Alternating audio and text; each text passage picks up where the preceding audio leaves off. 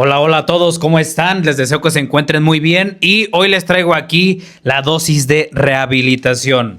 Hoy vamos a hablar de por qué en México, en Latinoamérica, es tan alto el porcentaje de personas con adicciones y por qué es tan baja la tasa de rehabilitación.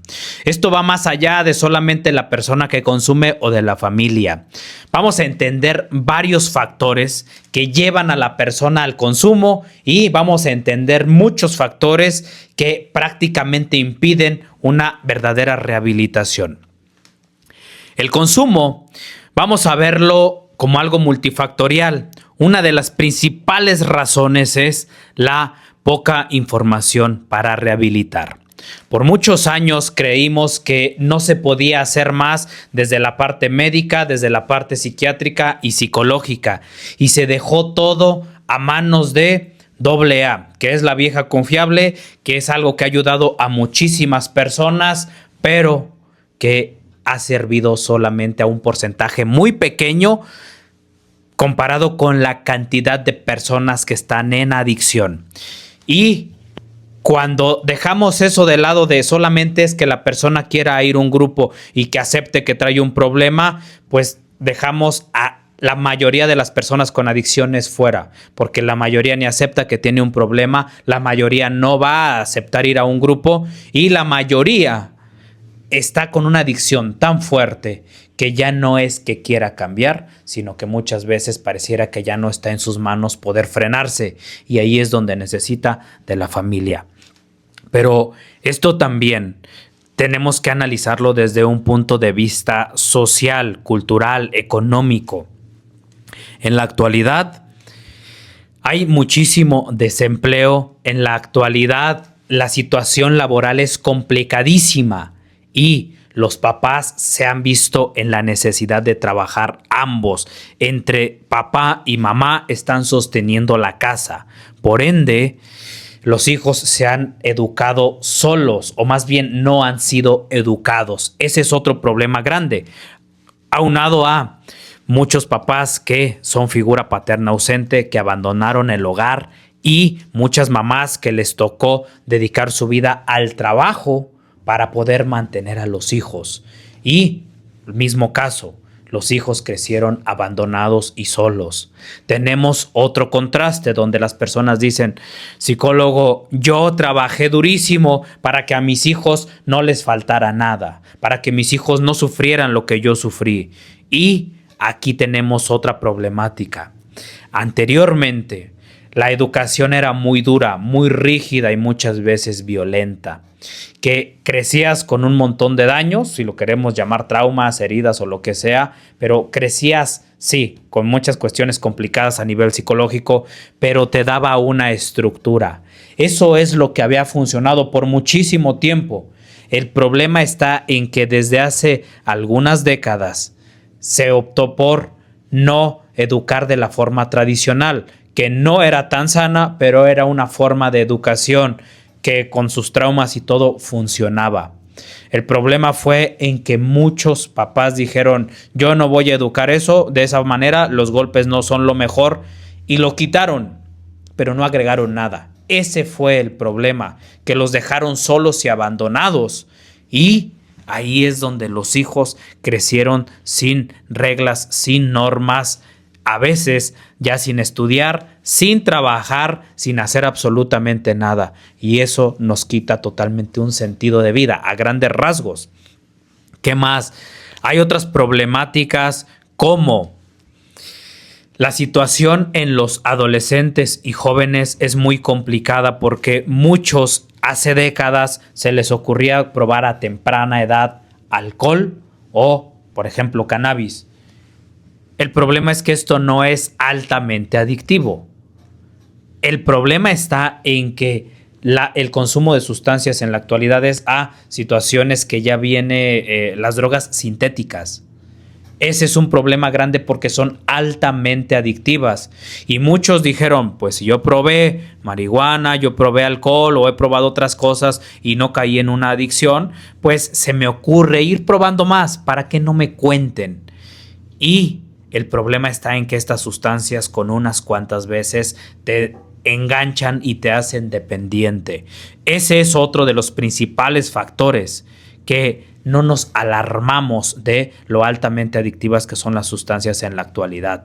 También no nos hemos puesto a pensar que situaciones que antes considerábamos no tan dañinas ya vienen contaminadas, por decirlo de una forma, con otras sustancias. Por ejemplo, el consumo de la marihuana en la actualidad ya no es lo mismo que hace décadas, porque antes de que es dañina, eso no es debatible, pero anteriormente era al menos la pura planta, con el THC, que es lo que produce el efecto psicoactivo y que sí es dañino para el organismo. Pero en la actualidad vienen con más THC ya modificadas o ya vienen con, vamos a llamarlo así, salpicadas de otras sustancias más dañinas y más fuertes. Entonces el adolescente cree que está fumando algo que no es tan adictivo, pero en realidad ya no es solamente esa sustancia, ya viene mezclada con más cosas que van a ser más propenso a la adicción. ¿Cuáles son otros factores que llevan al consumo de sustancias? Obviamente, una situación muy complicada donde las personas en la actualidad, por más que estudien, por más que se esfuercen, hay muy pocas posibilidades de un crecimiento, un desarrollo personal, laboral y demás. De pronto estas personas van creciendo en una rutina de demasiado estrés, de que por más que te esfuerces no logras nada, aunado a las redes sociales que nos presentan estilos de vida casi perfectos, donde nuestros ídolos viven en mansiones, traen coches de lujo, obviamente traen tiempo para ejercitarse, nos muestran cuerpos idealizados, donde ya también hablamos de algo no muy sano y que son cuerpos que no son naturales. Empezamos a creer que nos estamos perdiendo de una vida casi perfecta y entre más vemos contenido en redes sociales, más miserables nos vamos sintiendo. Por ende, nos refugiamos en las sustancias para evadir nuestra realidad. En la actualidad también pareciera que eres anormal si no te la pasas de fiesta, de antros o si no estás consumiendo sustancias porque es lo que está de moda. Y estas personas que crecieron con una falta de identidad como una figura paterna o materna presente, ejemplar, pues se van a refugiar en estos otros personas que presentan una vida más agradable, más bonita, más placentera y se van despersonalizando y empiezan a adquirir todo esto del entorno. Ahora, bueno, aquí también vamos a analizar que en la actualidad hay muchísimas rupturas de pareja, hay mucha inestabilidad familiar, aunado a todos los problemas sociales, políticos, económicos que tenemos. También la moda. Vemos que se ponen de moda las narcoseries, los narcocorridos, los corridos que hablan de pura vida alucin, donde pareciera que son nuestros ídolos, sobre todo en Latinoamérica. Al menos en Estados Unidos o en otras áreas, los superhéroes son diferentes, ¿ok? Allá tenemos las personas modelo a seguir con otras características. Acá no. Acá pareciera que entre más tonto e idiota seas, más te van a admirar los demás. Acá pareciera que dedicarte a algo no lícito y tener dinero de forma no legal es lo que se debe de aplaudir. Y eso es sumamente peligroso porque estos son los ídolos acá en México, en Latinoamérica, las personas que se dedican a cosas no sanas o cosas no legales. Ahora vamos a hablar por qué hay tan poca tasa de rehabilitación. México, Latinoamérica, tiene un problemón con la corrupción y los centros de rehabilitación son una porquería. No están bien regulados.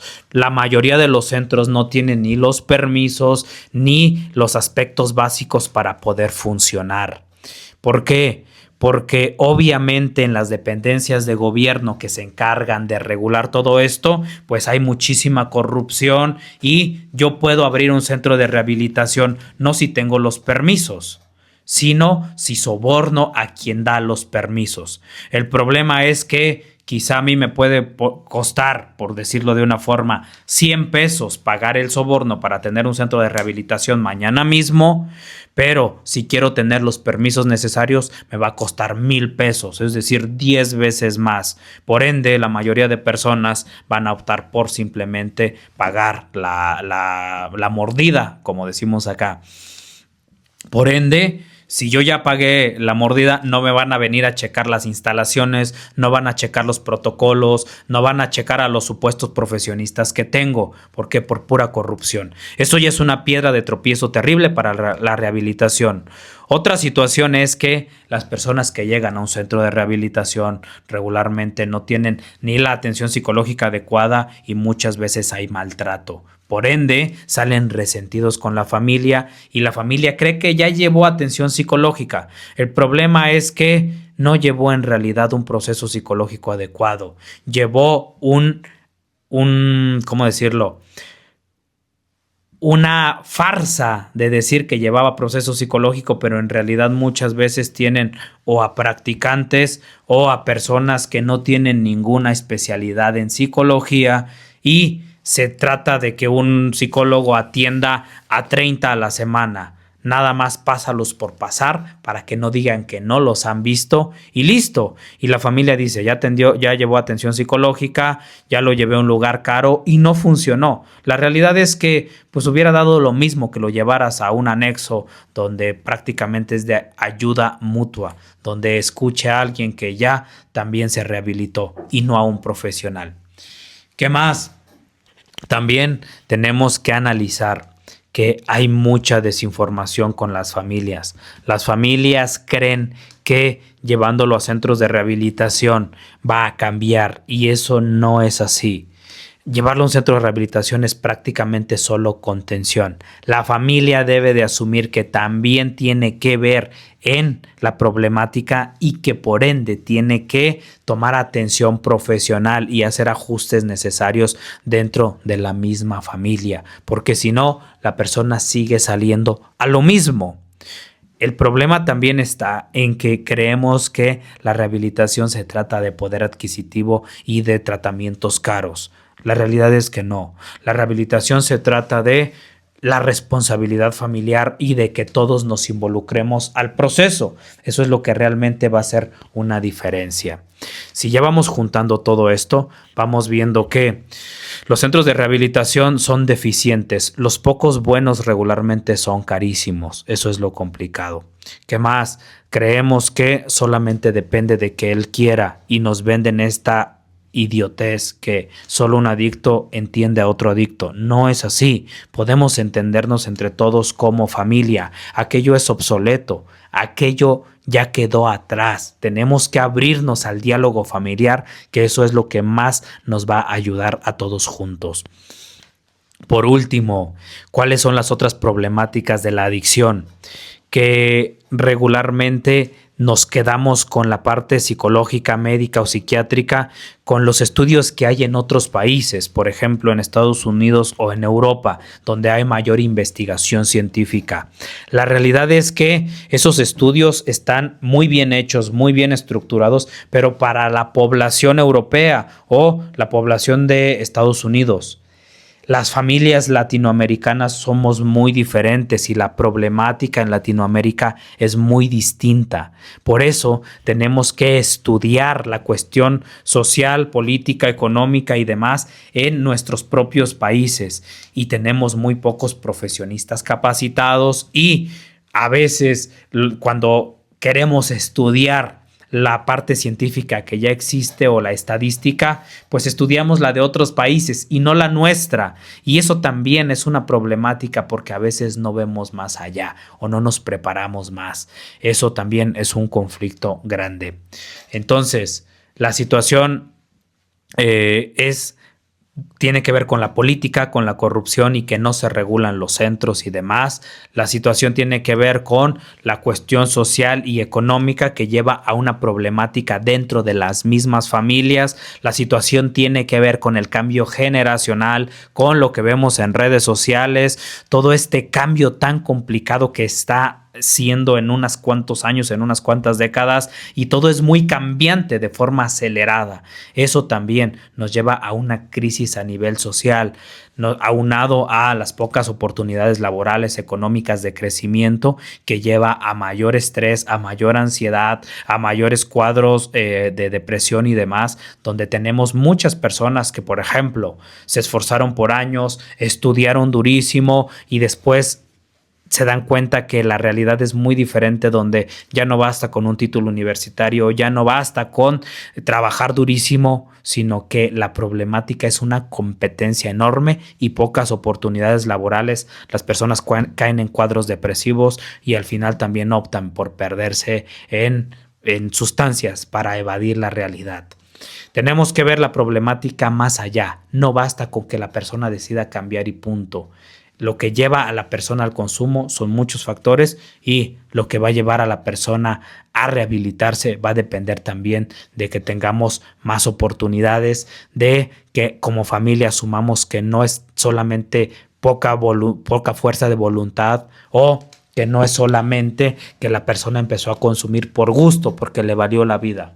Va más allá, son problemáticas mucho más complejas. Si les gusta este tipo de contenido, síganme, compartan, comenten para ir llegando a más personas. Siempre hay salida de la adicción. Siempre, siempre, aún en los casos más severos. Nos vemos en otra capsulita con una dosis de rehabilitación. Tengan un excelente fin de semana.